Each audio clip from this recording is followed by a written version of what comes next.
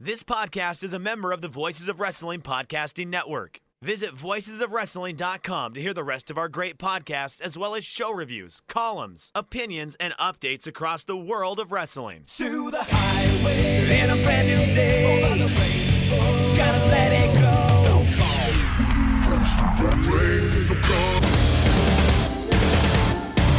fast to finger down. Dance tonight together. Here everyone is singing.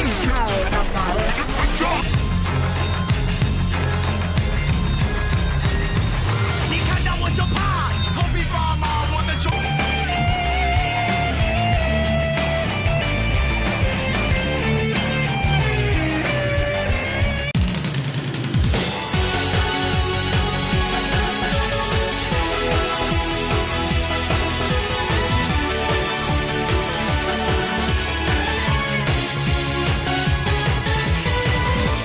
Welcome back to Open the Voice Gate for March 9th, 2021. We are members of the Voices of Wrestling Podcast Network. You can find us on the Voices of Wrestling feed or on the Open the Voice Gate feed on all podcast platforms and applications. You can follow us on Twitter at Open Voice Gate. If you'd like to donate to the show, just click the link in the show notes. It'll take you to our redcircle.com landing page, and you can click the red box that says sponsor this show. You can do a one-time or recurring donation. No obligation whatsoever, but I would like to thank all of our previous sponsors. It's time for Dragongate's 2021. It finally feels like it took forever, Case, but we're here. I'm Mike. I'm with Case. Welcome back to my voice, Case. Good. I nailed the intro, but then I didn't get the segue right whatsoever. But I'm leaving it in here. We're not editing this out. But so, Case Lowe, how are you doing today? Mike, I'm good. You came in hot on this episode. The intro was like, damn, there's an energy to Mike's voice that, like, because I'm sure just between everything that's gone on over the past week in specifically your wrestling bubble of stuff you have to talk about, I'm sure you're almost audioed out at this point.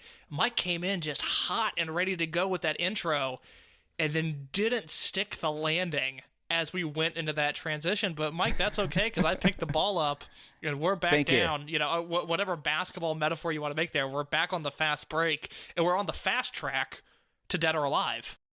Yes, we are. So, as we've kind of talked about before, January and February, I kind of liken it to a preseason now, Case, because they do some stuff. There's some title defenses, but they're kind of sparse, and the cards are usually just genuinely kind of there unless we get a KZ title defense. But Champion Gate, that's the true start of the year, and we already have the main event for Dead or Alive 5-5 Nagoya Aichi 20 Dead or Alive 2021. Looks like it's already shaping up to be an incredible show with what their twist they did this year, Case, for this for the cage risk match. I have to say, like, this was they're going back to their tried and true, and I really appreciate it.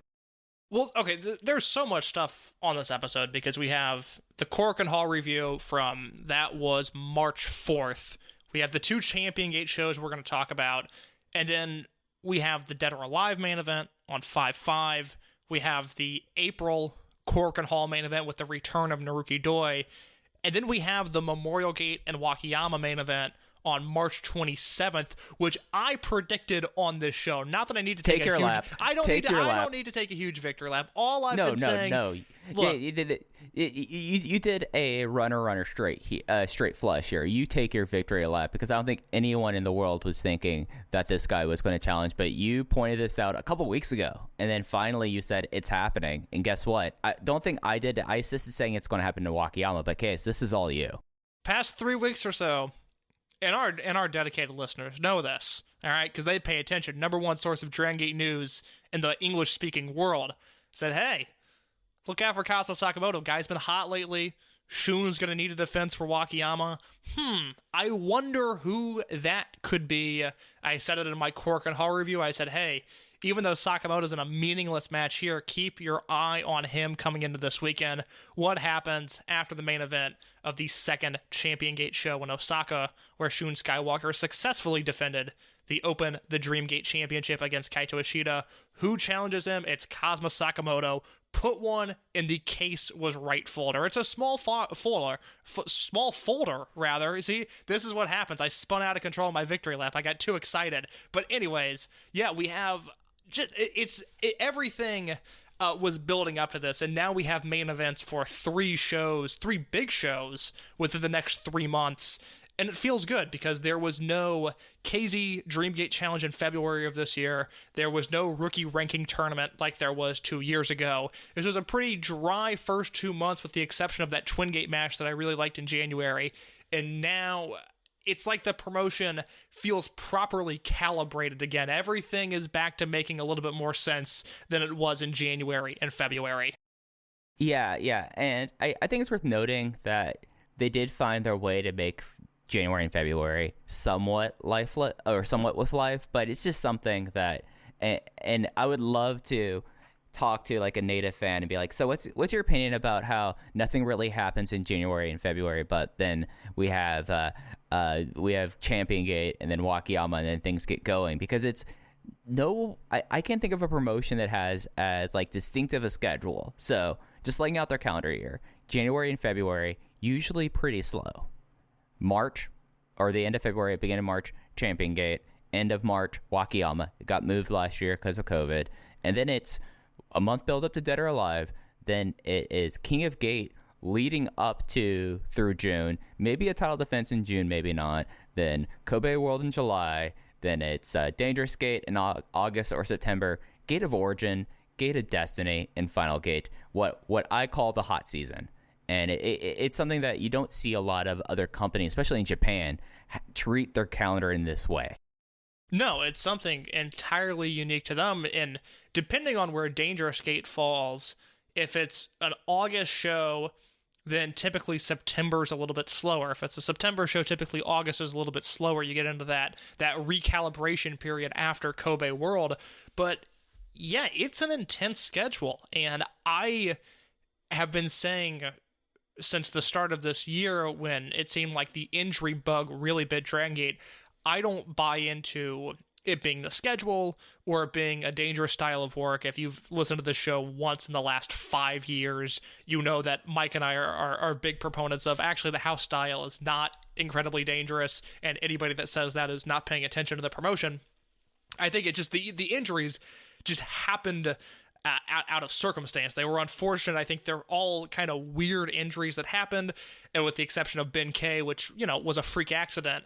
But the schedule, you almost need those 2 months built in at the start of the year just to give people a breather. I mean, with the exception of KZ and 18, 19, and 20, people kind of relax and they need it. And it's only those big matches where they go out and they kill themselves, because once March hits, I mean, again, we have the next 3 months to look forward to now of big-time, important-feeling matches, and that's a great feeling to have right now.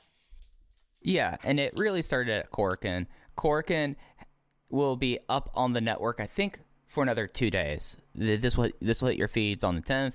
It was on the 4th, so you have about 24 hours after we record this. Attendance, 609, so a good, nice bounce back after February. And, I feel like we're both on the same page here in saying this. This is what we've seen this year outside of the Twin Gate match and of how the state emergency operates, that they have to be in and out from 6 p.m. to 8 p.m. Japanese Standard Time.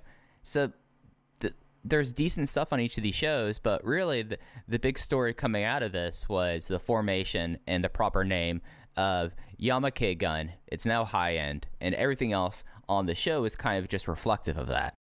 High End is a tremendous debut in branding. I guess I'm not going to say branding opportunity, a branding experience, if I dare say so myself, from Dragongate, the Yamato, Benkei, Kaisuke Ikuda, Dragon Kid unit, with the colors being white, gold, and red.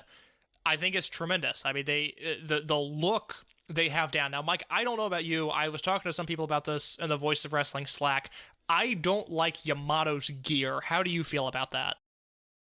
It has a lot of red for him, and that takes me back to his Kamikaze days, which, as we are wrapping up, as when y'all listen to this, next Monday is the final Dragongate USA episode of Rewind and Rewatch, or the final show of Dragongate and USA, and identify so much of the height of Dragongate USA with Yamato coming out with his red trunks with the flags that come off like 2 minutes into the match, and he finally got rid of them. So I'm kind of okay with that.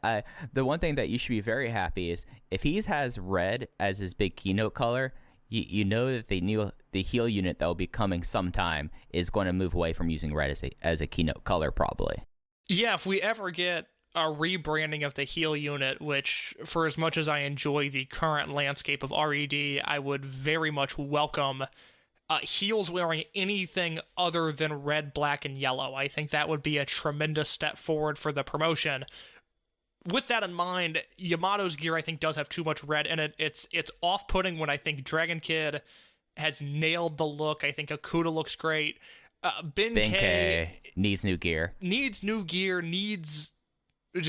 He needs to just start from scratch. I feel bad because I think there is some speculation that maybe he had some sort of plastic surgery. Now, whether it was cosmetic or a facial reconstruction deal after the injury, I do not know. And I also, that's not confirmed. That's speculation that he maybe had some work done. But allegedly had some work done.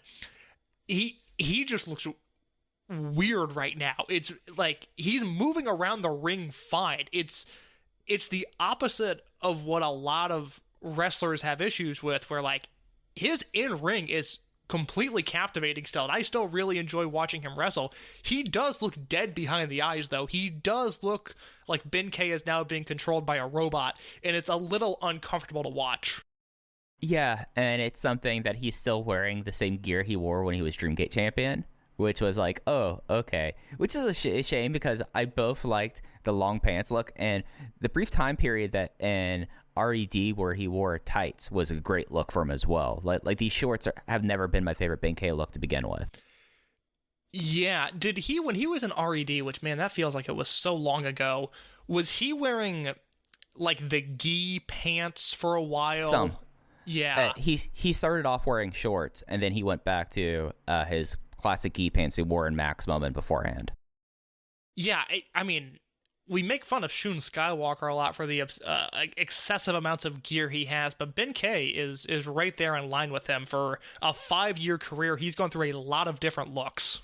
Yeah, and this might be my least favorite look of his so far. So this Korakuen, I'm just going to run down the results, and then we could talk about, we've already talked a little bit more about high-end, but we could talk about the big events there, if that works for you, Case. Yeah, please. All right, so attendance was 609. That's up from 598. You know, they're doing all right with that, but state of emergency and everything. And for new fans, Tokyo is just a once-a-month stop for Dragongate. It's not like how, especially DDT and Cyber Agent run Tokyo relentlessly, or how New Japan treats Korakuen like a house show. They stop by once a month, just like how they stop by Kyoto or Kobe. It's just how they operate there. So 609, it opened up with Natural Vibes versus an unaffiliated team. The full complement of Natural Vibes, KZ, Susumu Yokosuka, Genki Horiguchi and UT versus Don Fuji, Shuji Kondo, Gamma, and Yosuke Santa Maria. KZ got the win on Maria with the CDJ in 10 minutes 55 seconds. Match 2 was the Double Dragons, Ultimo, and Bukudomo versus RED, Diamante, and Kazuma Sakamoto. Diamante got the pin on Bukudomo with the Vuelta Finale. Match 3, one fall to a finish, 4-way tag team match. We have the Buddy Cop tag team of Masaki Mochizuki and Takashi Yoshida versus the slimy team of Yasushi Kanda and Kenichiro Arai versus Bensuke of Keisuke Okuda and Ben-K versus RED, BB Hulk, and Hyo. The win was Kenichiro Arai stealing the pin on Takashi Yoshida after BB Hulk does the first flash with the jackknife cradle. Match 4 is the full complement of Masquerade. This was your Masquerade versus RED match of the night. So that's Shun, Kota Minoura, Jason Lee, and Kaga. Actually, I'm doing it again in case we talked about this last week about how surprised it wasn't La Estrella. So it's Masquerade plus Kagatora. Yes. La Estrella was not on this card. So Shun Skywalker, Kota Minoura, Jason Lee, and Kagatora versus the RED team of Kaito Ishida, Hip Hop Kakuta, and Eita and Diet Inferno. It was Shun with the SSW on Inferno in 10 minutes and 22 seconds. Double main event. Both are special singles tag match. Dragon Kid versus SB Kento. SB Kento got the win on an inside cradle after a mask rip. And then Yamato beats Kai with a schoolboy after an accidental chair shot by SB Kento. So really, from the undercard, the only big news that came out of that is that with Diamante penning Bukudomo, he has made him mascara contra mascara challenge. And then really it's about the two matches in the semi-main event and the main event. As we coming out of this, GM Yagi has announced the main event for Dead or Alive 2021 in Nagoya, Aichi Prefecture. It is a Perjas Increíble and then Vueltos or Revelos Suicidas. So one team will be Dragon Kid and SB Kento versus Yamato and Kai. And there'll be 3 flags on the cage, so they'll still be doing flags for the first stage. So Perjas Increíble, for people who don't watch Lucha, is basically you have rivals tag teaming. So Dragon Kid and SB Kento have been together since before Final Gate, and then of course Yamato and Kai, you can't keep them apart. So in the cage, there's 3 flags. The first team that scores 2 flag pulls wins that part of the match, and they're done. Then we have the Revelos Suicidas, which is when the losers of that match have a immediate match right afterwards, and that is an apuestas match, so it seems. Yeah. So a few things to take away here. One, as for the Korakuen, the undercard is best to be discussed in relation to Champion Gate, which we'll get to in just a second, with the exception of the Diamante, Bukaltimo, Shimizu interactions. And Mike, I don't know how you feel about it. I think the idea of doing a mask versus mask match there is fun, assuming I don't know if I want a comedy match from that or if I want a serious match. I can't get a good vibe, but I'm certainly okay with the idea on paper. Where do you stand with this?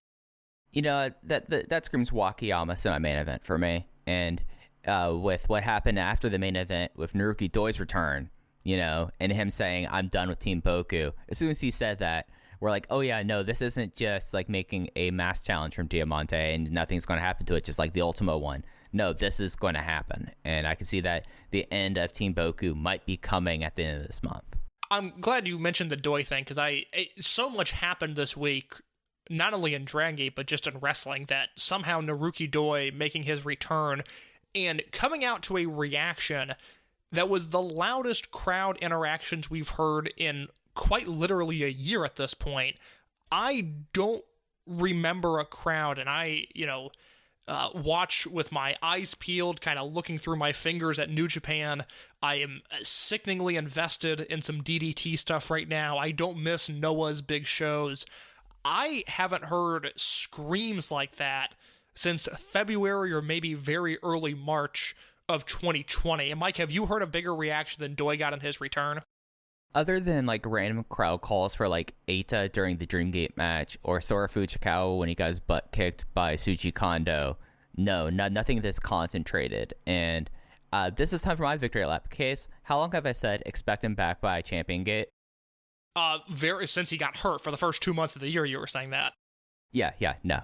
His surgery was a quick rehab time. I did my research there. So he's back and he will be returning at the Korakuen. But yeah, no, the reaction was insane for him because Yoshino was coming out kind of just, I don't even know, because what was Yoshino out there doing? I was watching the Japanese feed, not the English feed this week.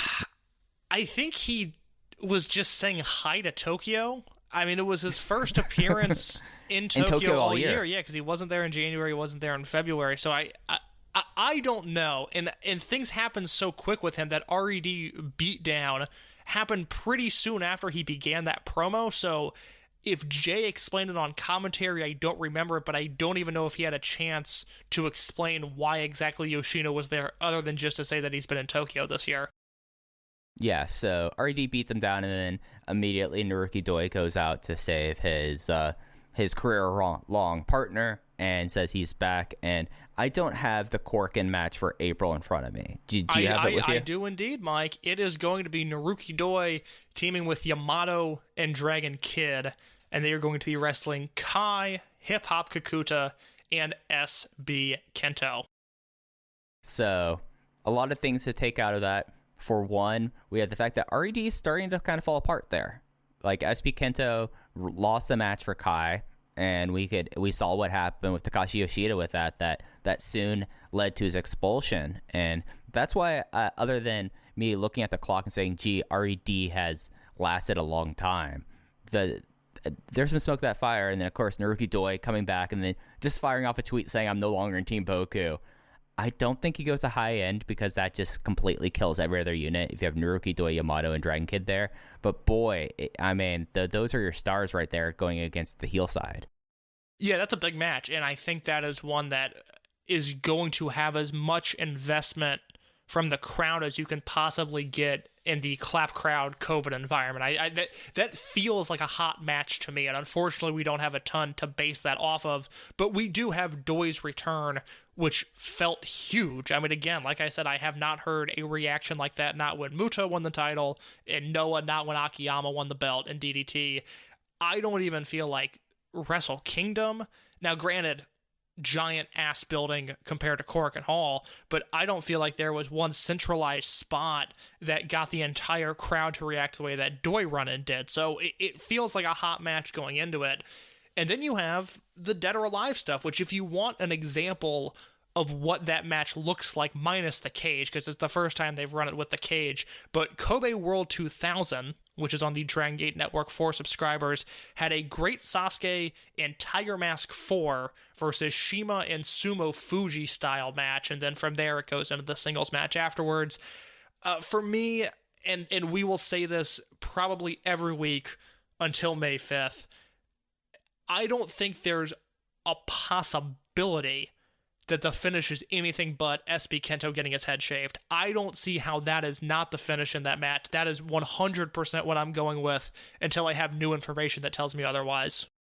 No, absolutely. I mean, as soon as with how the Spans match happened, I was like, oh, so SB Kento is losing his hair in May. I think I maybe sent you a DM saying, oh yeah, I think he's losing his hair. So Kai maybe, but Kai doesn't have a contract. Kai is the king of freedom. He's not going to do it, and Dragon Kid's never losing that mask, and Yamato, I just don't see it happening. Yamato's already done it, lost in the Puestas. I don't see it happening again with him. No, I mean, I could be wrong, but to me, the SBK Dragon Kid stuff, because of the unit disbands match, feels hotter than Yamato versus Kai, quite honestly. And I mentioned this in my review. There's 2 points I want to bounce off of here. One being the Yamato Kai stuff. I get it. I know they're going to wrestle in April at Korakuen Hall. I know they're going to wrestle in May. After that cage match, I need them to not touch each other for 6 months. I just need them to be away from each other. That feud, for me, it's been entertaining. I've liked it. I need to not see them near each other for 6 months now.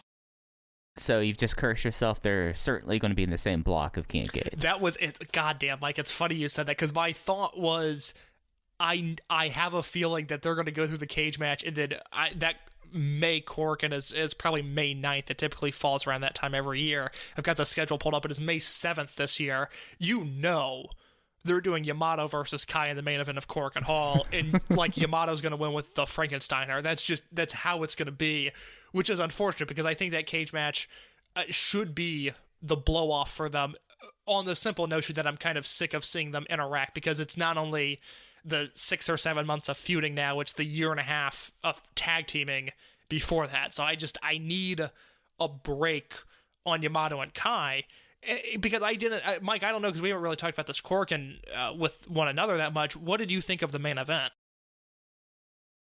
I thought it was fine. I thought they leaned into it, and I thought that was pretty strong. And it's something where it kind of just felt like a prolonged angle to me. And as soon as I felt it like that, I was like, okay, I get what you're doing here. And then, of course, then you have the idea that the prolonged angle was RED is having more dissension. So I went 3.5. Like, I enjoyed it for what it was, but it wasn't. I don't expect to get big work rate matches out of these two when they're together. No, that echoes my thoughts. I was at 3.25 on it because what they did, I think, was correct. I just wasn't crazy invested in it. Whereas Dragon Kid versus SB Kento, borderline great match in my opinion, and I thought was worked in a very deliberate style.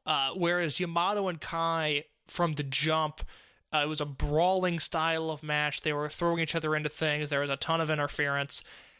Dragon Kid and SB Kento had a slower match. I mean, it really took a while to get going. And it felt like the groundwork for something that we'll talk about again later on in this show of the classic Dreamgate structure. And, Mike, we've seen this Phoenix rise in SBK for the past year now. I liked him from his debut December 22nd, 2019. I knew he was going to be something special.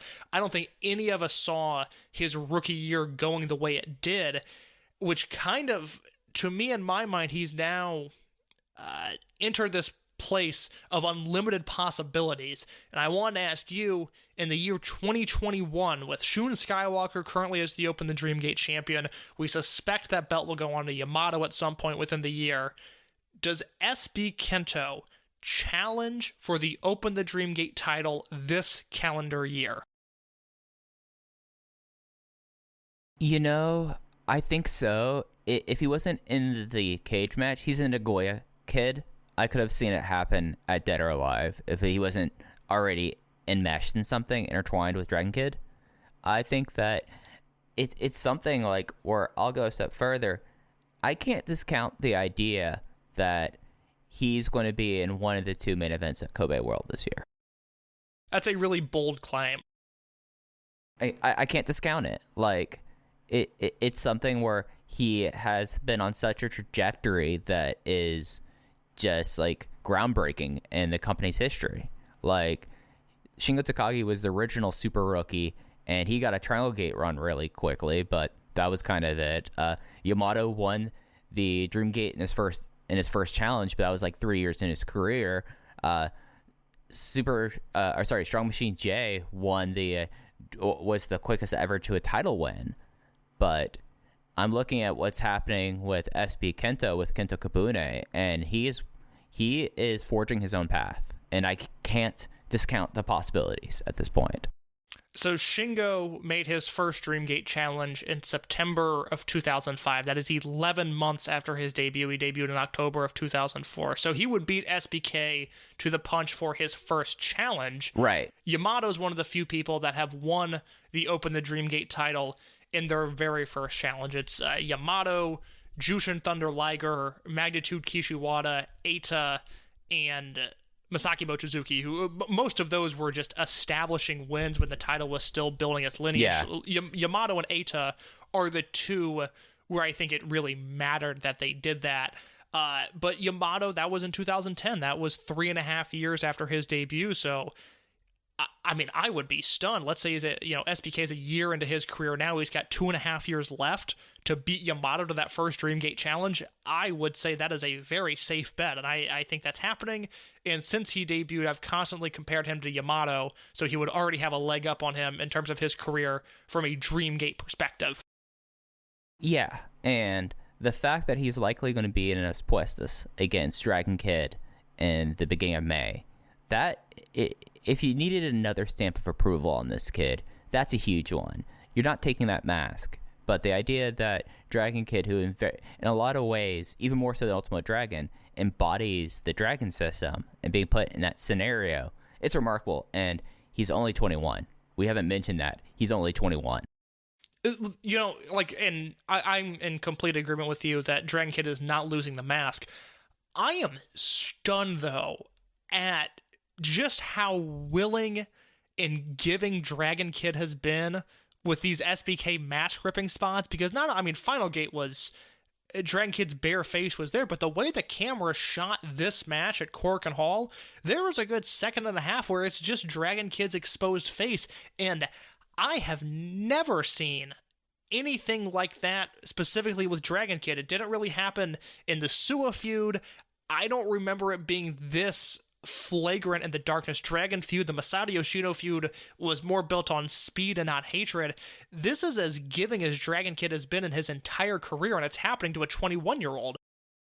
It's really remarkable. And the thing about the Darkness Dragon thing was, his mask was practically torn off, but he also was bleeding profusely. Yes, which helps. Which, I mean, we weren't seeing anything there, but it's something where. And with Dragon Kid, he's someone that, like, I don't expect him to be taking a step back, but this is something that is like, oh, I could use my cachet to get this kid to the next level. And I think that's what's happening here. I think it's working too, and it's one of those deals where I really feel in my bones, and again, it's probably not fair to assume stuff like this because we don't really know, but just, I just know, I think we all know wrestling to such a degree that if crowds could react, I really do think SBK would just be getting absurd amounts of heat. And I think he would bask in that, and I think he would thrive in that environment, because as we've talked about on the show many times, he debuted in December of 2019 at the very end of December. He has January and February where he has gear, but by all intents and purposes, he's still doing black tights young boy matches. And then the rest of his career has been in this COVID era. And think about how well he's done for himself in that environment. It's absurd. In Hip Hop Kakuta, he debuted in an empty arena, and other than that has only worked in this environment. It's remarkable, and it's something that we've said before, but I think it's something that bears repeating, as both SBK and Hip Hop Kakuta had great weekends this past week. Yeah, so let's get into the weekends. It was the doubleheader at Osaka Edion Arena 2, Champion Gate 2021 in Osaka. The first night was on the 6th. It will be up on the network in Japanese until the 13th. I do not believe the English edit is up yet. It is not as of the time we're recording this, but it could very easily be up by Wednesday the 10th. We will see. Yeah, so attendance was 351 for night 1. That's up from 331. They did not visit Osaka in February. They had one of their first few shows of the year there, started in 2021 in January. So the opener was a 6-man tag team match. It was Masquerade versus RED, Shun Skywalker, Jason Lee and La Estrella versus Kaito Ishida, Eita, and Kazuya Sakamoto. So kind of a preview of the next night's main event, and it was Kaito Ishida getting the submission win with the ankle hold on Jason Lee. Yeah, do we want to go match by match here? Because I can if you want to.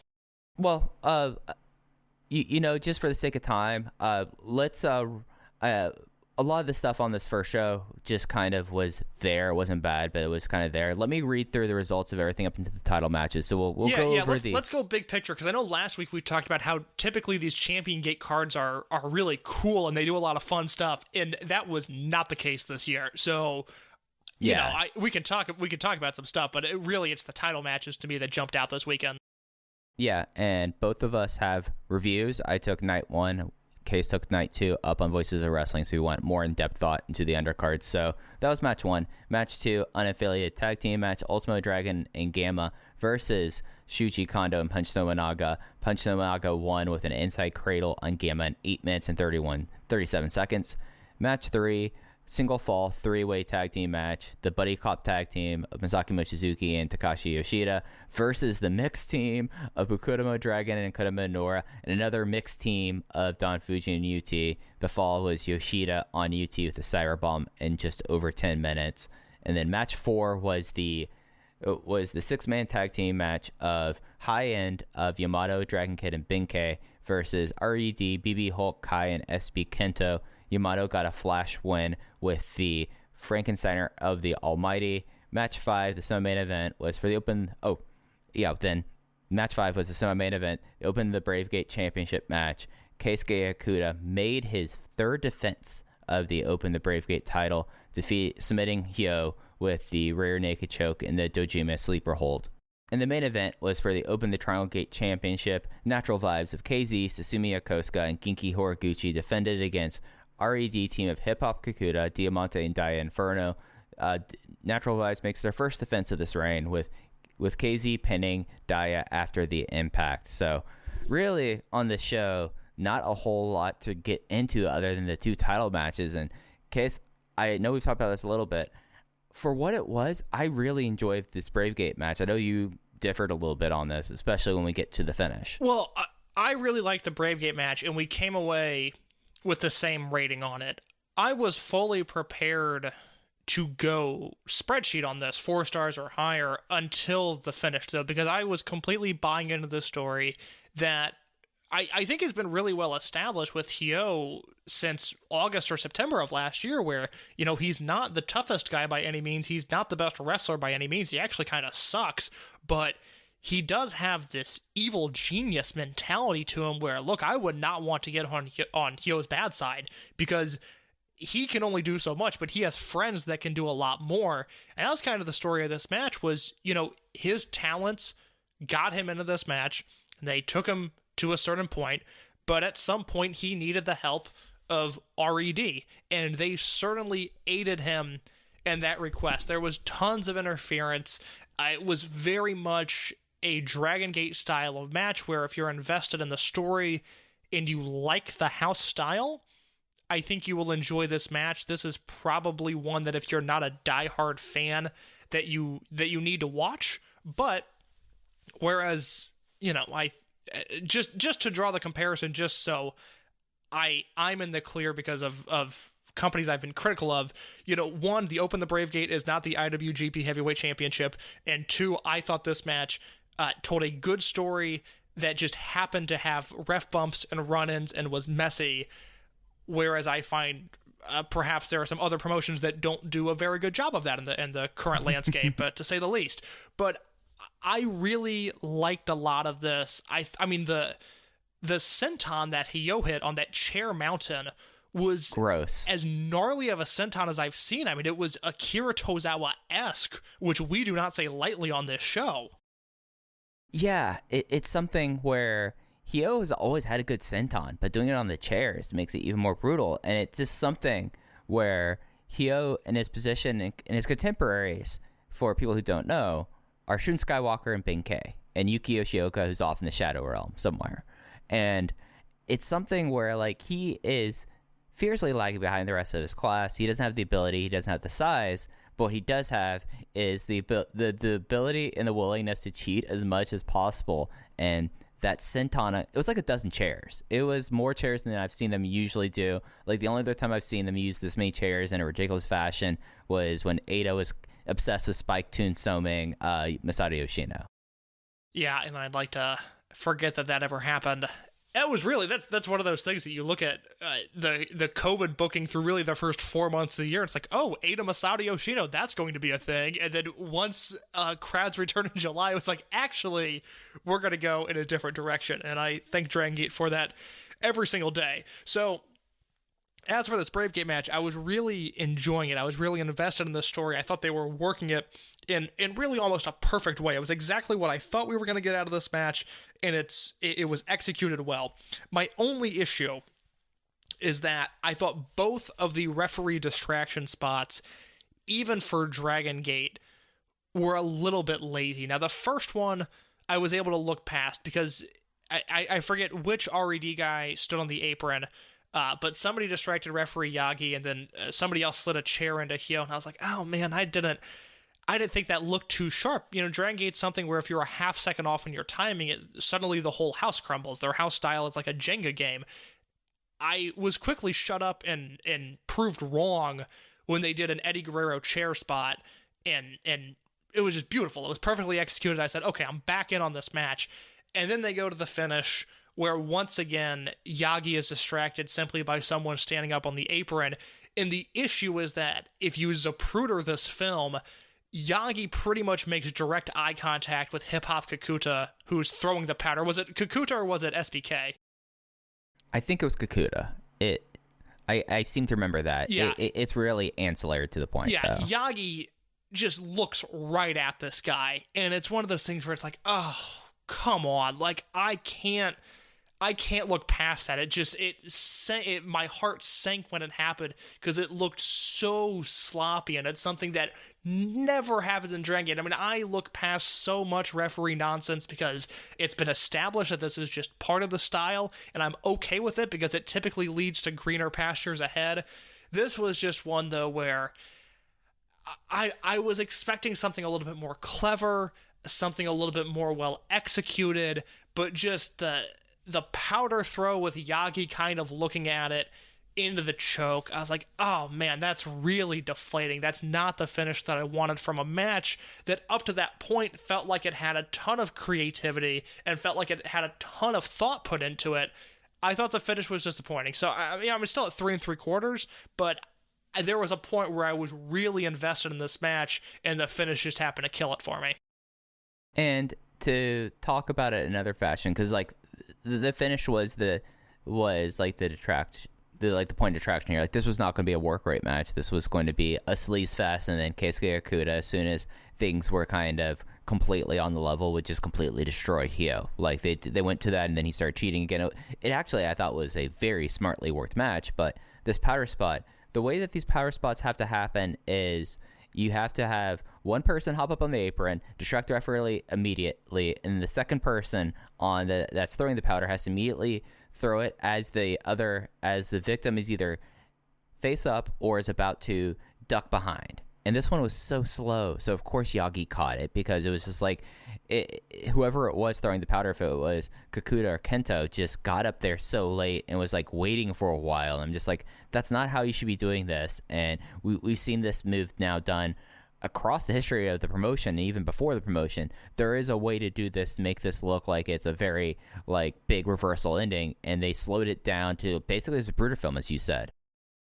Yeah, it was just a rare miss in a promotion that I typically am either able to look past this stuff because, again, it's leading to something bigger and I understand it's part of the match structure, or it's just done well.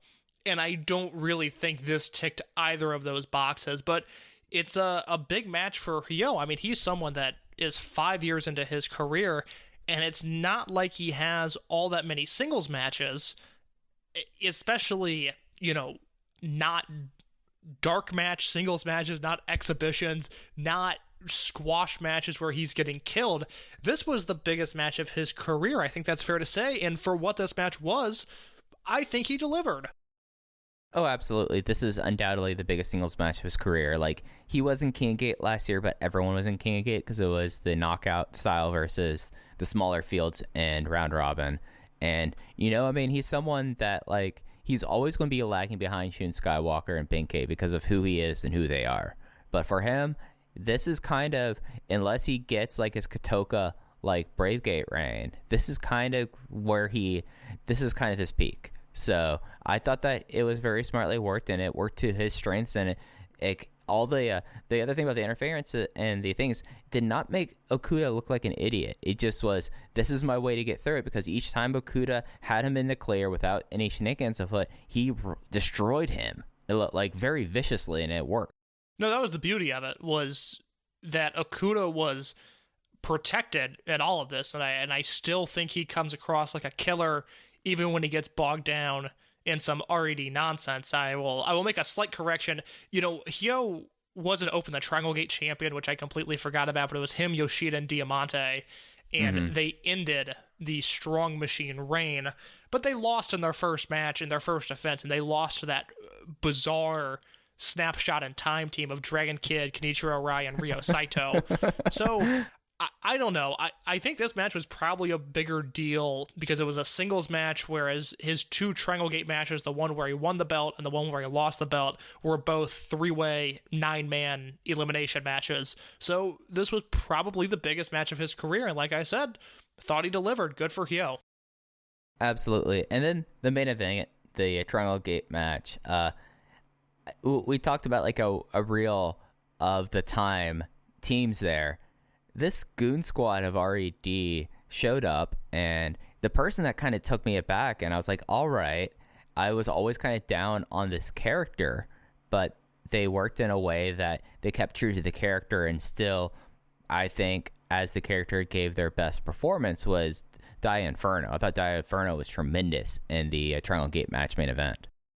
I liked this match a lot more than you did, and I understand your critique to a sense that there was just very, very little, if any, chance that the RED side was going to win things, but I was able to sort of shut that part out in my brain when watching this match and focus solely on the work, and I went 4 1/4 on this. I thought this was as good of a Triangle Gate match as I've seen in quite some time, because it was everyone excelling at what they do best, and in particular, KZ, who I kind of want to have an extended conversation about, and just his place on the card. I thought he was incredible. And then that RED side with Kakuta, Diamante, and Inferno, I thought they all brought something different to the table, and they all looked great in the process. And if you would have told me even 6 months ago, when Inferno first came in, that he was going to be the anchor on a Triangle Gate team that also had Kakuta and Diamante, I would have gone like, oh, what went wrong? You know, how did we get here? But this Goon Squad was a really damn fun Goon Squad. Yeah, and it's something that I would say that, like, we've seen Kakuta really progress over his... Now he's coming up on his anniversary of his debut. Diamante is someone that has gone from being a almost hindrance in the ring to now being one of the more kind of exciting people that they have on the roster. And then Inferno didn't do any of the Inferno shtick in this and just wrestled like a killer. And it's just something that, for me, and I said this in my review, there was no doubt in the finish, and maybe that is what kind of brought it down, because it usually doesn't, but it was something that was very apparent there. I was like, oh, we're having Natural Vibes main event because it's KZ, Genki Horiguchi, and Susumu Yokosuka, and this is the RED Challenger team. And that's kind of how I felt about it during the tournament too. Like, whoever was going to face Natural Vibes had zero shot of beating them in their first defense. Which is interesting because the Natural Vibes team is billed and booked as really, really strong title holders. I mean, this is not a hodgepodge Triangle Gate team that I often complain about. KZ, Yokosuka, and Horiguchi is a top-line Triangle Gate team. If you could assemble any three guys on the roster, this is about as good of a team as you're going to build. But KZ's place on the card is a little bit interesting to me because, again, booked very strong, having a great match here. I went 4.25 on it.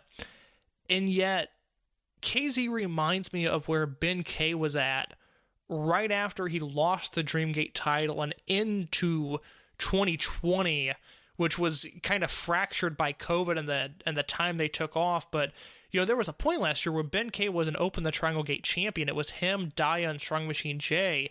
And in all of my reviews, I was going, what are they doing with Ben K? He's better than this. He feels like even though he's a champion, he's lost in the shuffle. And that was perhaps unfair to Ben K at the time, but I also, like, I feel that way about KZ right now, where this Natural Vibe stuff, maybe it's just me, it's really clicking with me, though. I really like this unit, and I think I'm only going to like them more when Kamei is hopefully healthy sooner rather than later and is able to join them, because I do think he'll fit in perfectly with his new Taiji Ishimori ripoff look. And that's Taiji Ishimori Sailor Boy, not Bone Soldier Taiji Ishimori. But I don't know. I'm in a weird spot where I feel like KZ is above this, if that makes sense, which is a really strange complaint coming from me, someone that always wants them to put a greater emphasis on the Triangle Gate titles. But I think, you know, man, Shun Skywalker's their Dreamgate champion. I really want a Skywalker KZ rematch, this time for the Dreamgate belt. But that's not what's going to happen as long as KZ is a Triangle Gate champion. It's just, he's stuck between a rock and a hard place right now. And I don't know if you echo those thoughts, but for as good as he's been, for as good as this unit is, and for as strong of a champion as he is, I'm still kind of unsatisfied with the way he's being booked. You know who this kind of reminds me of? And this is something that just came to me, because I totally understand your thing. I mean, like, he is the mood maker. He has gone from being perhaps the greatest lost post in the company's history to now being a certified star. And it's something that you wonder if it's like biding his time, because now he's had the keys stack up. I think he now has 3 keys now at this point.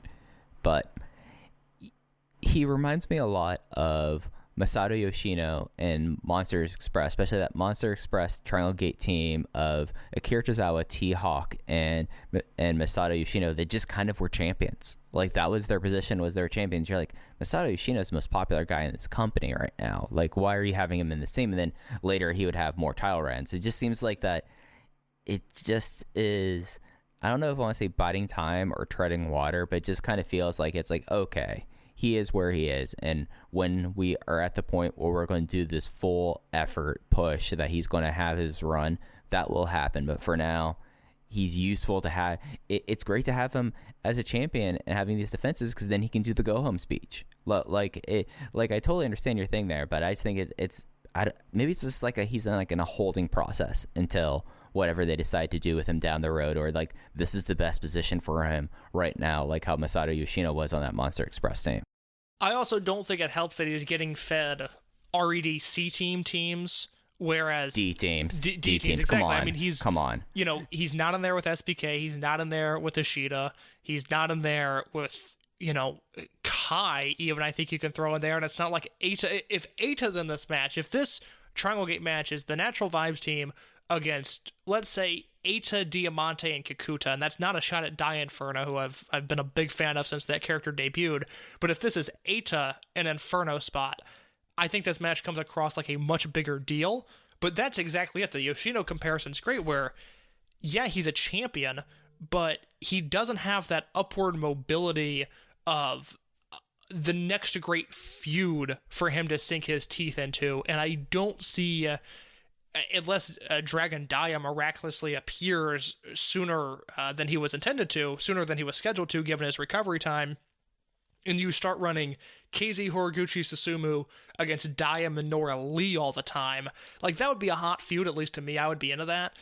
But I don't see that happening, so I just get the feeling this team is going to be fed scraps until they eventually lose their belts. Yeah, but I mean, wasn't that kind of like what the Twin Gate was for a while too? Very much so. So, like, I do completely understand your concerns. I completely understand, like, KZ is someone that, I mean, he's 36. I think he turns 36 this year. So, like, there is a little bit of a clock with him, but it's not so much that I'm like, you have so much longer with this guy before you just have to take him out of the picture because how this company operates. Like, I think he'll be fine. It's just one of those things that stinks to say. He's kind of going to be treading water and be fed scraps and do go-home speeches and do the dance. And, I mean, that's kind of where he is. Like, I fully expect that if there's not a Triangle Gate defense at Wakayama, his next one will probably come in at a Cross Fukuoka double shot and just kind of be there because it's going to be there. And I would imagine we get some three-way match at Dead or Alive, which, again, the team's delivering in the ring. I mean, it's KZ, Horiguchi, and Susumu. They're not going to go wrong there. I just wish he had something a little bit greater to sink his teeth into. That's fair. Any other big thoughts before we move on to night 2? No, let's do it. So night 2 of Champion Gate was on the 7th. It will be up on the network until the 14th. Huge jump in attendance, and we can get into why I think that they had this big jump in attendance in the main event. As I did before, I'm just going to run through the undercard first. Opener, Masquerade versus kind of a Natural Vibes team as Kota Minoura, Jason Lee, and La Estrella faced off against KZ, UT, and Don Fuji, who did the dance, got hurt, and then got really mad. UT lost to Minoura with a gang. Second match was trios match. It was Bokudamo Dragon, Ryo Saito, and Ultimo Dragon versus the RED team of Diamante, Hyo, and Dia Inferno. Diamante got the win again on Bokudamo Dragon with a powerbomb in 11 minutes and 38 seconds and made it another challenge for his mask. Match 3, Shuji Kondo, Gamma, Kagatora, and Yosuke San Maria. Gamma got the pin on Maria with an axe bomber in 7 minutes. That's all we ever need to talk about that match. Match 4 was High End versus RED. It was Yamato, Dragon Kid, Benkei, Keisuke Ikuda versus the RED team of Eita, Kazuma Sakamoto, SB Kento, and Hip Hop Kikuta. This time it was Yamato with the Frankensteiner of the Almighty on SB Kento. Now, any takeaways you had on these matches before we get into the main event? Yeah, let's talk about one, Don Fuji, and what, genius. I mean, God, it's worth a Dragon Gate Network subscription. If for some reason you're listening to this and you're not subscribed, oh, it's on YouTube. Oh my God, you're right. It's the free match. Well, shit, don't give Dragon Gate your money. Just go to YouTube and watch his ring entrance. Mike, I was genuinely laughing. It was one of the funniest things I've seen in the ring, and then the fact that he worked that into the match just proves the superior in-ring psychology that this promotion offers. Yeah, Jason Lee attacking the knee that was busted because Don Fuji, as we knew at the beginning of the year, he was not allowed in Natural Vibes because they're afraid he would injure his knee in the entrance. And guess what, Case? Less than 2 months later, they are proven right. And unfortunately, speaking of knee injuries, but this is probably the chance to talk about Shuji Kondo right now. What is his injury status, Mike? So it seems that he tore his Achilles, and that's a terrible, terrible injury to have. This is something that he tweeted out, and then Jay tweeted a translation of it, and I don't know when this happened, but it is a terrible injury, especially for a guy of his age. He said it is something that he says that he will rest for a while and then he regrets it. That's what Shuji Kondo said through a machine translation. And Achilles tears are no joke. Yeah, so if you look at Kondo's schedule over the past month, he works a tag match on a house show. It's Dragongate and Yamato against Don Fuji and Shuji Kondo. That is on February 6th. And then he does not work again until February 21st, despite the fact that Dragongate was obviously running shows in the interim there. Now, that could just be he was taken off those shows because of, possible COVID precautions. Maybe that was just in his deal that he didn't work those shows. I don't know. All I know is that there was 15 days where he wasn't on the promotion. I'm not necessarily alluding to the fact that that's the match he got hurt, though, because we saw in Kyoto 2 weeks ago that he worked a 15-minute singles match against Kagetora. So I don't know when this injury happened. What I do know is that Shuji Kondo is 43 years old. He's a guy that works best using his speed and agility, and I don't see how we get a great Shuji Kondo match ever again. I mean, is that too harsh to say? It's not, it's obviously not his fault, but I think a guy of his size, with his style, at his age, suffering this injury, we've seen the bulk of Shuji Kondo's career now. Yeah, it's something where, especially for his size and the Achilles, like, I have bad Achilles problems myself. And that's why I stopped playing soccer, was because the repetitive strain destroyed my ankle. Whenever I do cardio, I don't usually run because I know that if I run for too long, my Achilles will mess up and I can't basically walk for 3 days. So for someone like Kondo, who his whole entire conceit is that he is a power fighter who has great sprints of energy, unless like he gets like some tremendous recovery, and if he does, that would be amazing. I would love to see that. It's just hard to really kind of put a lot of faith in that. So I get what you're saying. And it's something where it's a shame because he was so much fun coming back, but now it's very clear like why he was kind of cycled down and never really made a focus point, I feel like. And it's a bummer because I really thought he was doing fun and exciting work. Going back to the Mochizuki match in January of 2019, which was the beginning of the Toryumon 20th anniversary series, and I remember at the time thinking like, oh my god, we're getting Masaki Mochizuki versus Shuji Kondo. This is the best match they can possibly offer.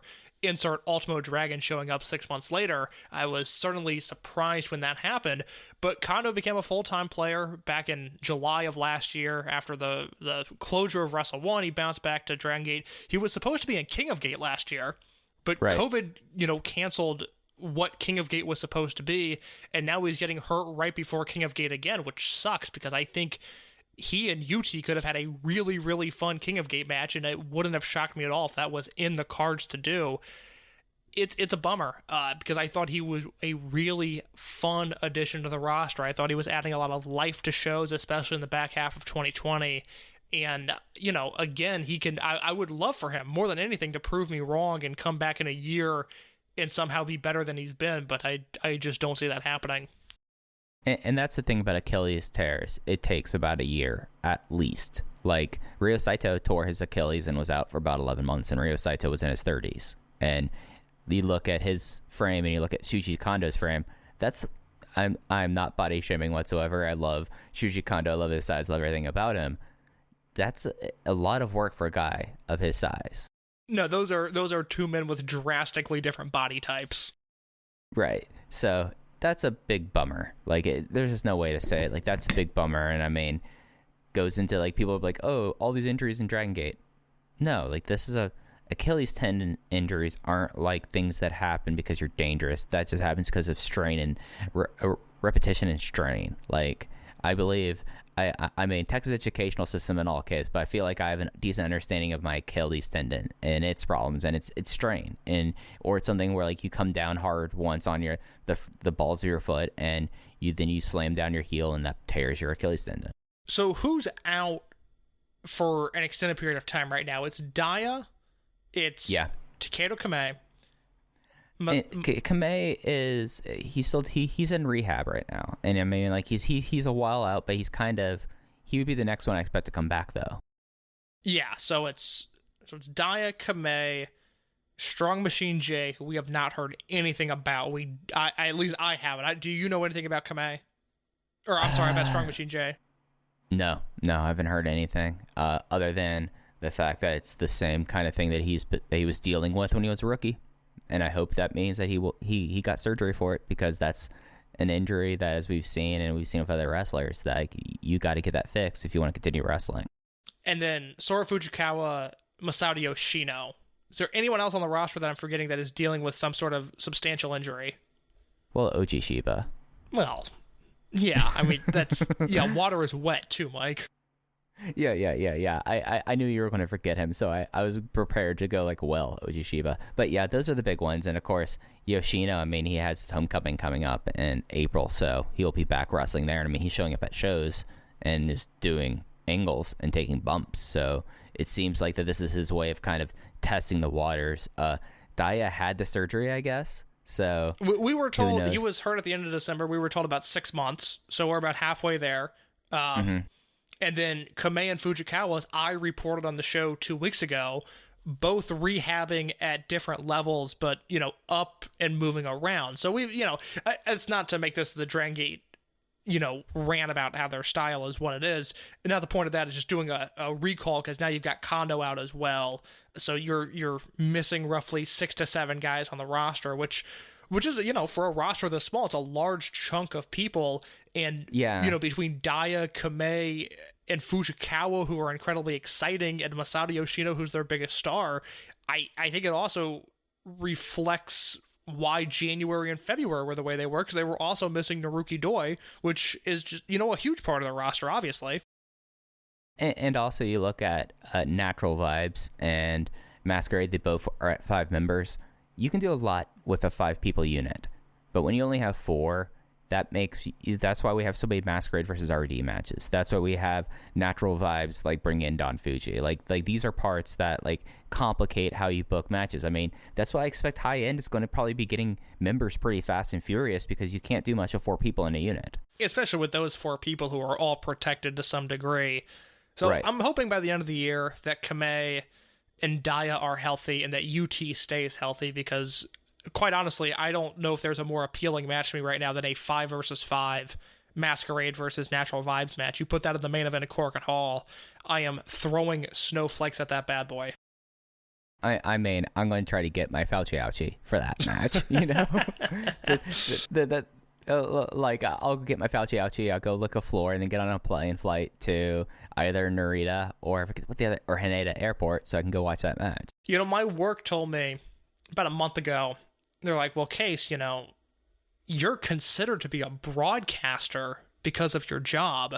So when Chicago Phase 1B opens up, which should be by the end of March, we've got you covered. You'll be qualified to get in on that group. It's like, this is the greatest thing. Thank you guys so much. Thank you for working hard. Got an email last week. Due to the announcement by Biden and Fauci that everyone who wants a vaccine will have one by May, you are being bumped back to the civilian line. You're just a pleb in this dreadful society we live in. And I was so disappointed, because I would really like my vaccine. Yeah, I mean, I've almost thought about smoking a pack. I was trying to cheat with my BMI a few days ago. I was like, man, you give me a weekend, I can qualify for that. I can get overweight real quick if you challenge me. But, Illinois is such an absolute disaster with how they have rolled this stuff out. It is a really beautiful reflection on Chicago government as a whole, that it's like the vaccine caught them by surprise. Like, they didn't have a year to prep for this. They were like, oh, wait, what is this now? What are we doing? And it's such a headache. It sucks so much. It's something where actually today I found out about this thing called Dr. B, that basically, and my brother was a beneficiary of this out in California, where you sign up to a list, and because of the Pfizer Moderna vaccines, that when they take them out of storage, they have to use them before they expire. So they want to have everyone line up and take their shots. What this does is I'm on a list now for my zip code that tells me, okay, there's extra vaccine that needs to be used and they ran out of people. We will call you and you will get a text and you need to show up to this place within half an hour. So there's that. Yeah, at this point, I live alone. I don't really see that many people, but I would like to be able to see some people and go back out to restaurants. And my parents have theirs now, which, like, great. I can stop worrying about them. But the selfish side of me is like, man, I would like to be able to live my life again. So we will see if that happens. I do think by May I'll be able to get it, but I want it now. It would be nice to go. It's been so nice out here. It was 65 degrees here today, Mike. I would have liked to have lived a little more freely, but unfortunately that was not a possibility. You know what I had a chance to do today, which made my week, because it's 70s now. Like the mountains, it's spring in the mountains right now. I am thriving, but I went out and I'm a patio guy. I have a nice screened-in patio. It's where I like to spend my spring and fall evenings if I'm not recording or watching something. Brother, you don't need to tell me you're a patio guy. You exude that energy. I got out the power washer and I started cleaning that bad boy because I'm ready for spring. I am ready because I thrive in that. And if my NBA Top Shot cards pay off the way I hope they will, I will be having Spears Produce in the upstate backyard, and there will be patio seating available. Speaking of you cashing in on NBA Top Shot, I was going to the grocery store today and I looked at my bank account and I looked at my savings and I was like, oh, what is this? Some money has been added to this savings account out of nowhere. I know I didn't do this, and it was a substantial figure, Mike. I was so excited.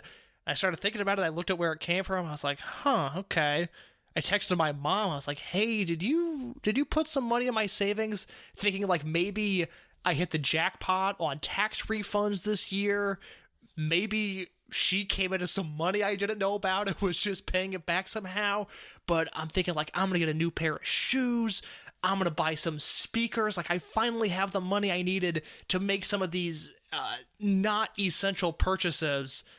She texted me back. She's like, yeah, I didn't mean to do that. I'm sorry. Let me take that out right now. And oh my God, I was devastated. Like it just took all of the wind out of my sails. Cause again, I was in my head starting to spend this money. Cause I got a pair of New Balances right now where I've just walked so much of them. They don't have a hole in them yet, but they're about to have a hole in them. And I can afford this $65 to go buy a new pair of New Balances, but I don't like doing that. I don't like spending money on anything. But I was like, oh, this little boost again, like I could buy some quality speakers, a pair of tennis shoes, and still have some stuff left over. And that is not the reality that we're living in, unfortunately. I mean, I wear Vans now because I have to watch where I'm stepping in the yard. So I understand the New Balance life. Thank you for saying that. Chicago residents, please clean up after your dog. It is a problem on these streets in uptown Chicago, and I fucking hate it because, as Mike and I have talked about, and look, Pudge is good with me for now, but I am prone to not liking pets in the first place. I just don't vibe with them. I don't want to be around them. But the amount of what I will call stuff laying in the streets of Chicago right now is completely unacceptable. And I'm not blaming Cubs fan. I'm not blaming Rich Craich. I'm not blaming Chris Samsa. I'm just saying these are people I know in the Chicago area, and I know at least 2 of them own dogs. So let's be careful and be mindful going forward, okay? We live in a society. We live in a society, Mike Spears. We live in a society where Takashi Yoshida is an Open the Twin Gate champion. That's right, as the semi-main event of Night 2 was the Open the Twin Gate Championship match. BB Hulk and Kai fall in their 4th defense, and the Buddy Cop tag team, well, they will be doing their ride-alongs, and they'll be doing their circuits now with some gold, as Masaki Mochizuki and Takashi Yoshida won the Twin Gates. They're the 51st champion team when Yoshida hit BB Hulk with a pineapple bomber. This was a huge win. This was really, really well done because I wasn't entirely sold on this Takashi Yoshida babyface turn, partially just out of fear that he was going to turn on Mochizuki in this match or before this match, or, he could still, if he turns on him in April, I'm not going to be surprised. It's the unfortunate part of Takashi Yoshida's career. But I do think these two came across, and the crowd reacted as such because this match had a vocal reaction to it as well.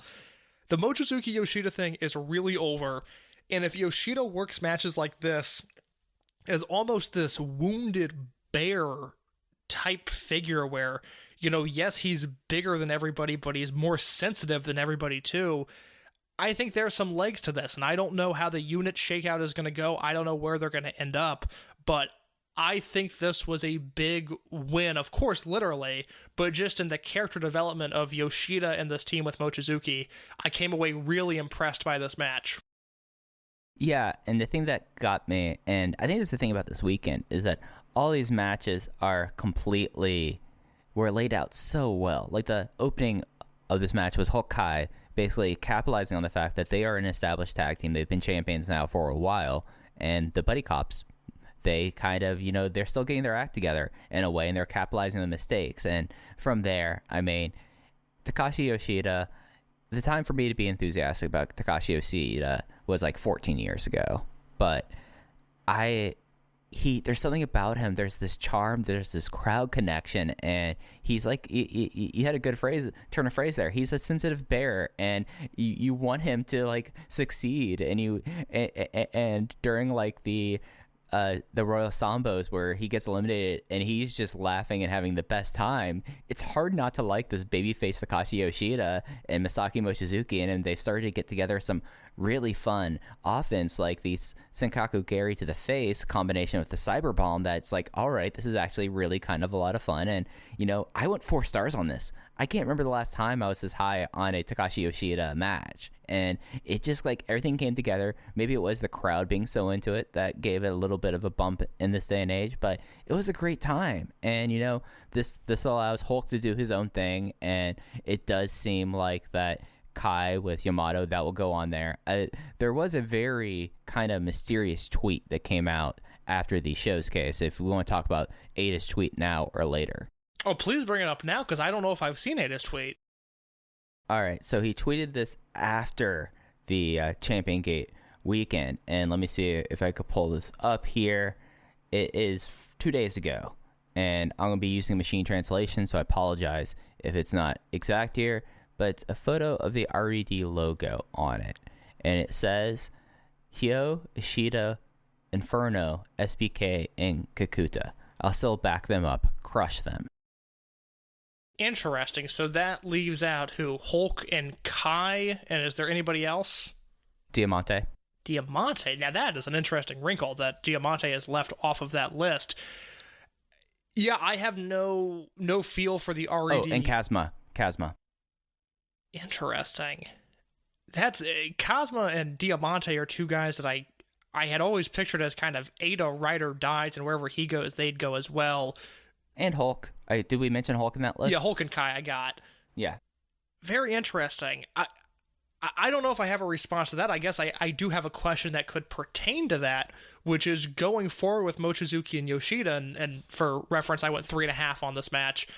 Although, Mike going 4 stars on a Takashi Yoshida match, especially one where he's not the 9th man in a fun 9-man Triangle Gate match, but he was the focal point of a Twin Gate match, is incredibly impressive. But where do Mochizuki and Yoshida go from here? Do you have any inclination as to who could be their next challengers? Bensuke, I always wonder when they're going to be doing the Bensuke run, but with Okuda being Brave Gate champion, they don't do double champions in this company, so that's not going to happen.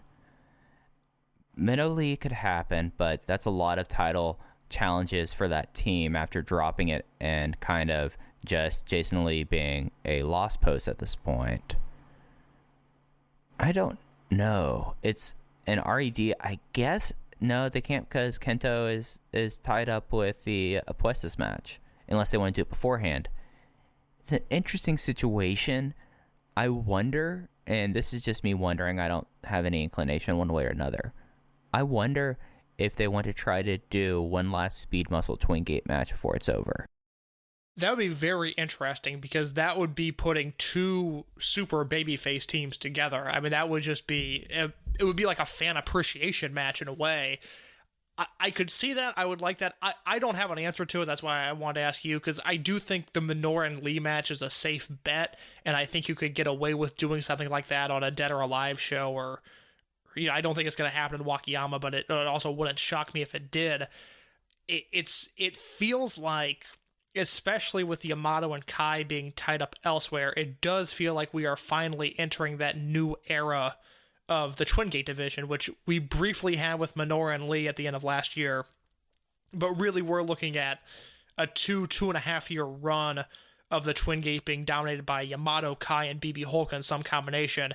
And this really feels new and it feels fresh. But with that, especially given the injuries and natural vibes in Masquerade, which make them 4-people units, and the fact that Okuda has the Brave Gate title, I have no feel for what's coming next. Yeah, it's just hard to get a read on it, and especially with Wakayama, and they only have 2 shows until Wakayama, you'd have to have something come together real quick. Yeah, no, I don't expect a Twin Gate match there. I think we'll get, the Shun Skywalker Cosmo main event.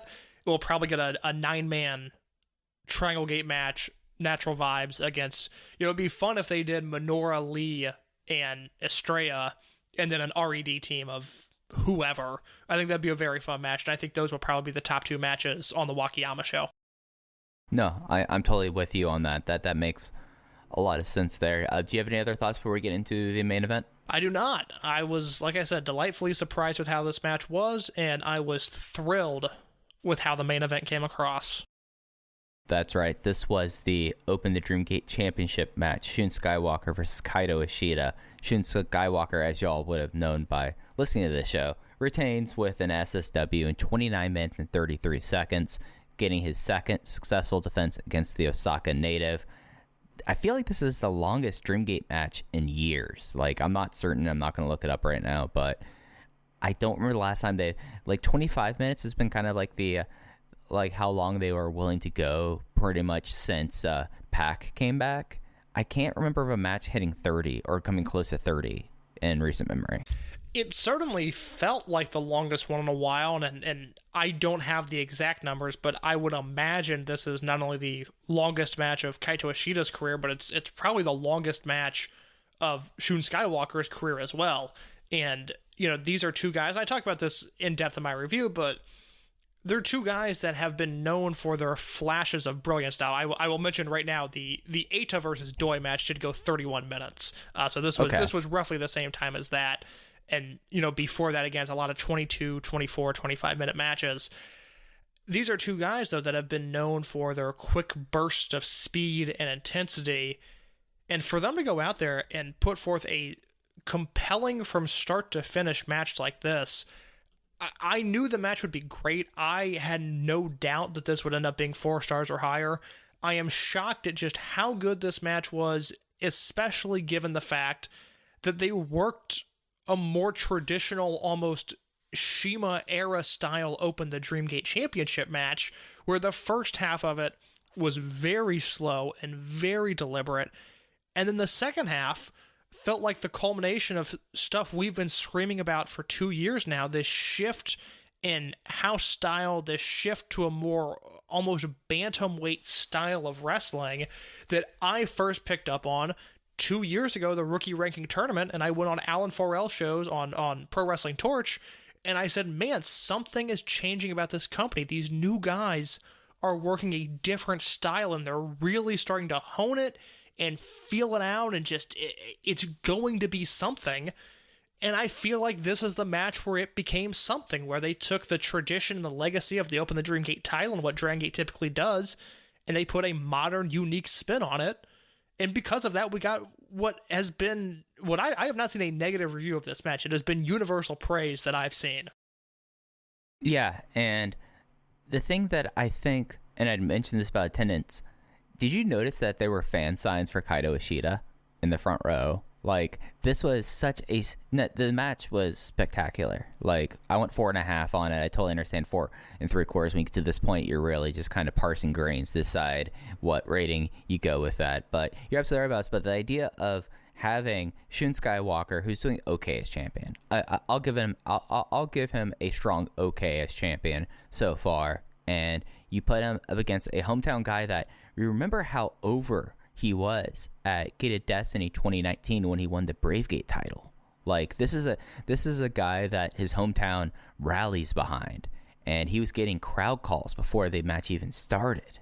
So it just was a fantastic piece of work. And, you know, the guys went for it. I mean, the blaster on the apron to the floor was disgusting. One of the loudest apron kicks from Ishida as well. And then, I mean, you have this fact that over the last month, the one thing that was always happening was Shun Skywalker would get his knee or ankle detailed by Kaito Ishida during their matches. And that built up to this match, and that built up to a thing where, you know, it's difficult if you have a mask like Shun Skywalker to really emote in selling when you only have your mouth really available. But I felt like that Shun Skywalker was tremendous selling his knee and his ankle throughout this entire match.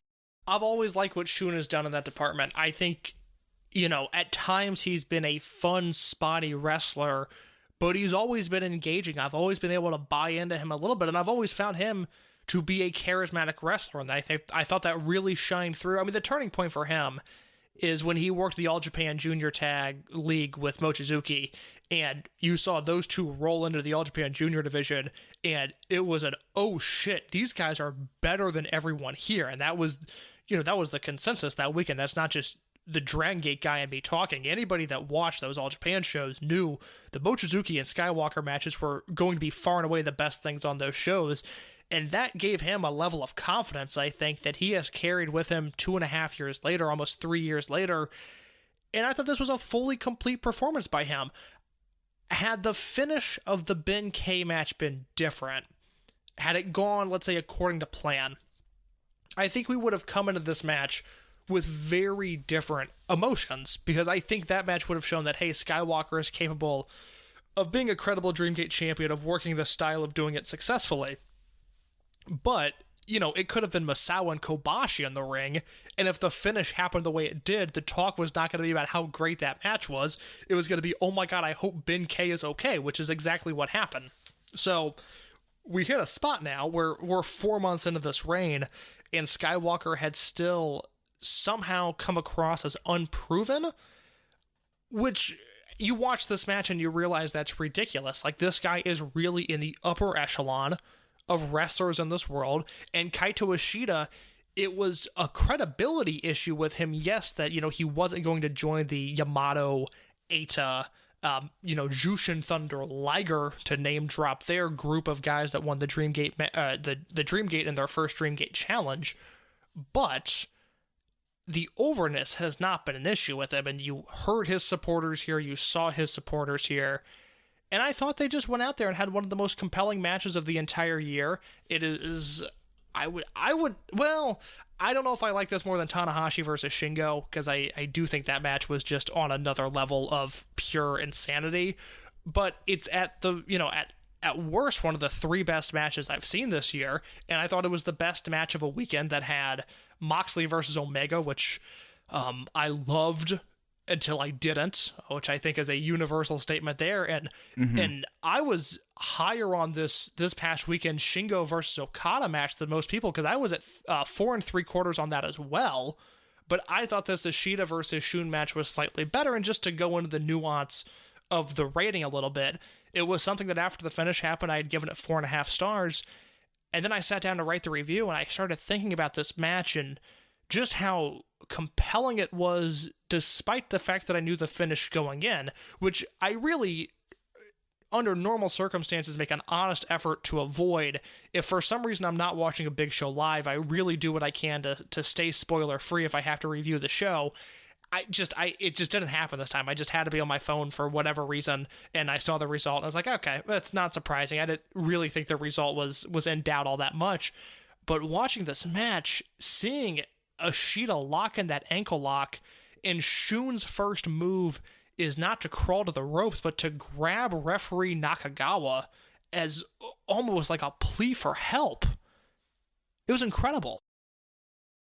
And it's such, like, smart things that he did. So he did that. There was an evade he made of a German suplex where he would normally backflip out, but then he played up to his ankle and knee buckled right afterwards. That I thought that the crowd kind of like had a gasp, that I was like, all right, this is something special. And really, other than the Twin Gate match that I know I'm a little bit higher on earlier this year, I think the only match I like more than this is Omega versus Phoenix so far this year. Yeah, which would be in my top 5. I think that's one of the 5 best matches in 2021. Yeah. And of course, in AEW, I'm more liberal of stars than I am in Dragongate. I have a rep to maintain in Dragongate. The other people may have broken their scale for other companies. I don't with Dragongate. So I totally understand the 4 3/4 thing. It is something that I think that this is a match that, there's enough here that they could build on, and in front of a full crowd. I mean, who knows what these two guys could do? That's a thing I really looking forward to. The one thing that you said that I wanted to address with Shun's title reign, I remember saying this after Final Gate. I completely loved that match with Benkei, even though the finish was what it was. That did not really deter my opinion of that match. A lot of my issues with Shun has been the things I've been saying from the start. And, there wasn't really anything for him to have this big rallying cry, great go home promo when Kazma came out. And afterwards he was like, well, thank you all for coming. And now I will skywalk. And then that was it. Yeah, which you've been way ahead of the curve of anybody else in the West that covers Dragon Gate of saying, hey, Masquerade's cool as shit, but this is going to be an issue going forward. They don't have anybody that can talk, and we've seen that come to fruition. There were 2 things in this match that I will beef up that I really liked, both coming in the finishing stretch. Shun Skywalker countering the Tiger Suplex with a headbutt that was a gross headbutt, a fucking disgusting headbutt. I lost my mind for that. It ruled so much. The finish where Skywalker goes for the SSW and Ishida counters it into a schoolboy, which I've never seen anyone do before. Skywalker kicks out, Ishida misses the roundhouse kick right into the SSW for the win. Just a textbook, picture-perfect finishing stretch. It was exactly what it should have been. Such a tremendous match. Such a complete performance from both guys. And go ahead with what you were saying. Oh, I was just going to double up on the SSW schoolboy. That's the first time anyone has gotten out of the move after he started it. It's not been kicked out of, and no one has gotten out of the SSW before. So that's something just to file in everyone's file cabinet in their brain. That's a sign, I feel like. Because usually when people have these murderous finishers, they'll have the stretch, but then as soon as someone finds the little weakness there, that's when the finisher and usually the power run comes to a conclusion soon after. Kaito Ishida, Mike, we saw him fall in his first Dreamgate challenge. In his career, is Kaito Ishida going to become an Open the Dreamgate champion? Oh, no doubt.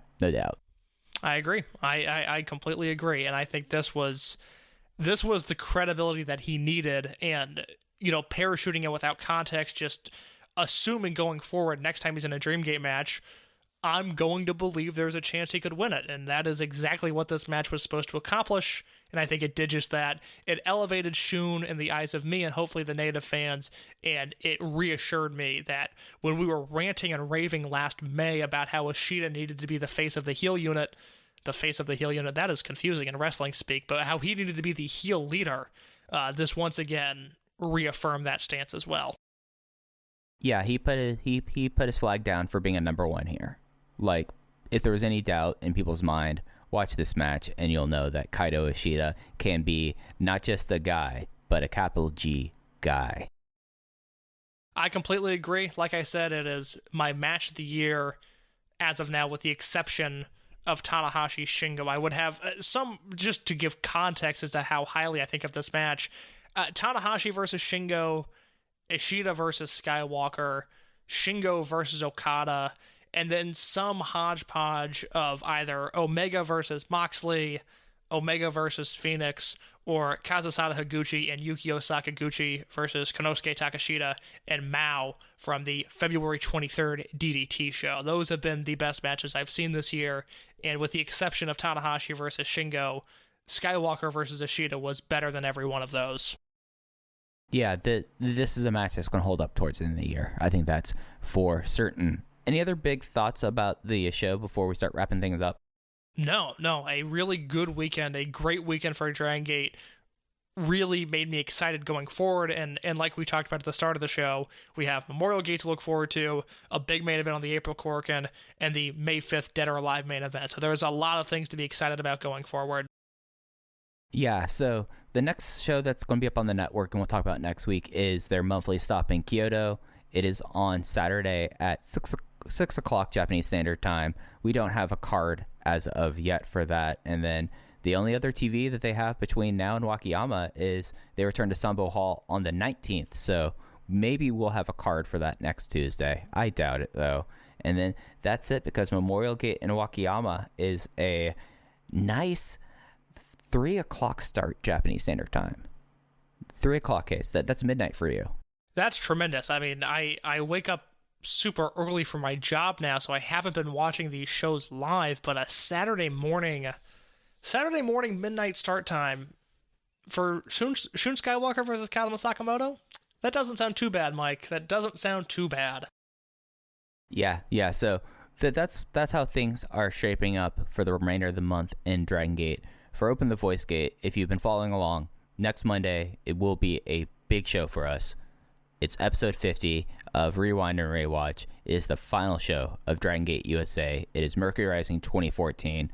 And, after that, we have some aftermath. We have other things that we're trying to, that we've thrown around that we haven't committed to. But if you aren't a regular listener to the Rewind and Rewatch series, the next few weeks will definitely be something up your alley, especially for someone that just likes Case and I just talking about random topics. Like in 2 weeks, that's going to be pretty much what we'll be doing, I feel like, for this aftermath show. Yeah, so this is probably the best time to talk about this, and we'll mention it again next week and the week after. But if for some reason you're listening to this show and you haven't checked out the Dragon Gate USA Rewind and Rewatch series, I would encourage you to. It's 80 plus hours at this point of evergreen content, where from 2009 to 2014, Mike and I are not only reviewing the Dragon Gate USA shows, but we're taking you through the entire landscape of wrestling in Japan and America at that point. I can say this with one episode to go. I'm super psyched with the way this series has turned out. I have loved the people that have followed along with us. We get great feedback on those episodes every week. So we've got one more to go, Mercury Rising 2014, with Teddy Hart, Low Key versus Johnny Gargano, and just a whole other bunch of shitty stuff on that show. I can't wait to watch it.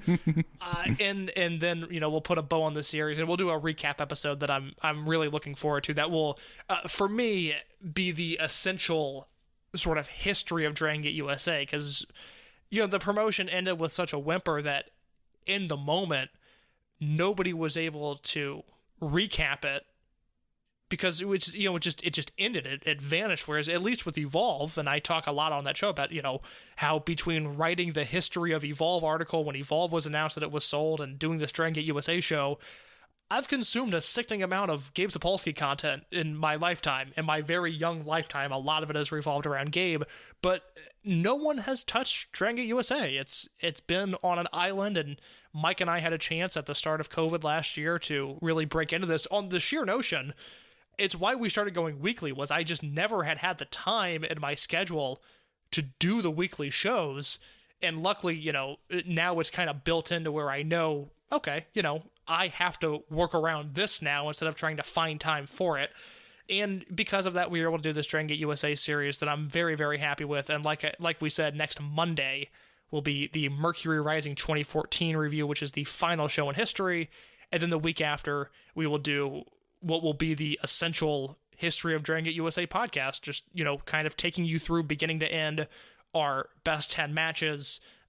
It's a promotion that has so many ebbs and flows in different eras that we're going to really be sure to highlight all of those. So if you've ever wondered about the promotion, if you ever had any interest, if you were once a fan that fell off, I can't recommend that audio to you enough.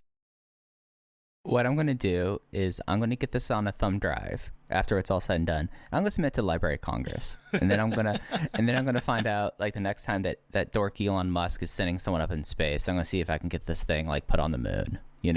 just because if no one was going to do it, it was going to be us. It had to be us. Like, I do take a little bit of ownership of that in that fashion. But yeah, so that was Dragon Gate's schedule, and that was our schedule, and a little bit of shilling for what's coming up ahead. But Case, you have anything else you would hit on before we get out of here? No, I am on both Twitter. I guess I'm not just gonna plug my Instagram. That's a different show. That's my other podcast where I plug my Instagram. No, I am on Twitter at _InYourCase. Mike is on Twitter at FujiHeya with 2 I's like Don Fuji. If you want to get in touch with us or the show, at Open VoiceGate on Twitter for all of your Dragon Gate digital needs. Yep, that will do it. So for Case, I'm Mike. Thanks for listening to Open the Voice Gate. We'll be back next Wednesday. Take care.